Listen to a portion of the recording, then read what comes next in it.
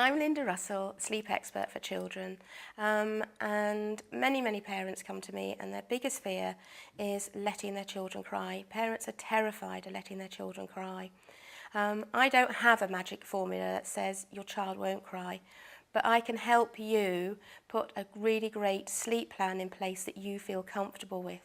However, I can give you some background work to do.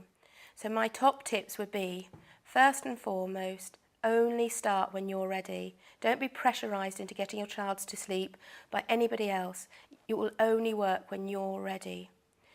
My next tip would be, start and finish your day at the same time each day. So when you're thinking about a routine, think about how family life goes and when you would like your day to start and when you like your day to end.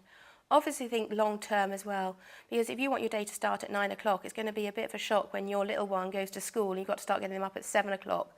So when you're putting a sleep place in place from an early age, look at it long term, not as a short term plan.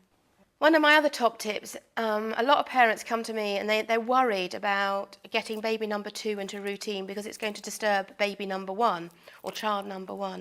So to overcome that, tell child number 1 what you're going to be doing. So if they wake up in the night and they hear mummy and daddy walking around the house or they hear the baby crying, you've explained to them what's going to happen and you can go in and reassure them by telling them what you're doing.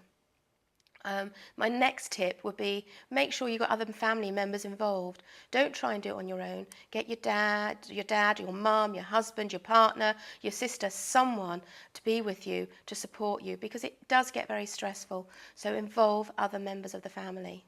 Mentally prepare yourself by setting yourself a goal. Don't say to yourself, right, we're going to do this until it's sorted. Say to yourself, we're going to do this and we're going to have the same consistent approach for 4 days. At the end of 4 days, you should see a huge improvement as long as you've used the same approach each night to getting your child to sleep. At the end of 4 days, if it hasn't got a lot better, review the situation and maybe tweak your plan. Another issue a lot of parents come to me with, they say they can't get their children to settle easily at night. It takes them half an hour, 45 minutes, 2 hours to settle at night. So my tip there would be, don't put your child to bed overtired. Put them to bed pleasantly tired. If you keep them up hoping they're going to fall asleep quickly when they're really tired, actually you're setting yourself up for a battle. So try and put your child to bed at a reasonable hour. Most children have a routine that means their body clocks work in 12-hour shifts. 12 hours up, 12 hours down. So if you get your child up at 7, try to get them to bed by 7, and they should go to bed pleasantly tired.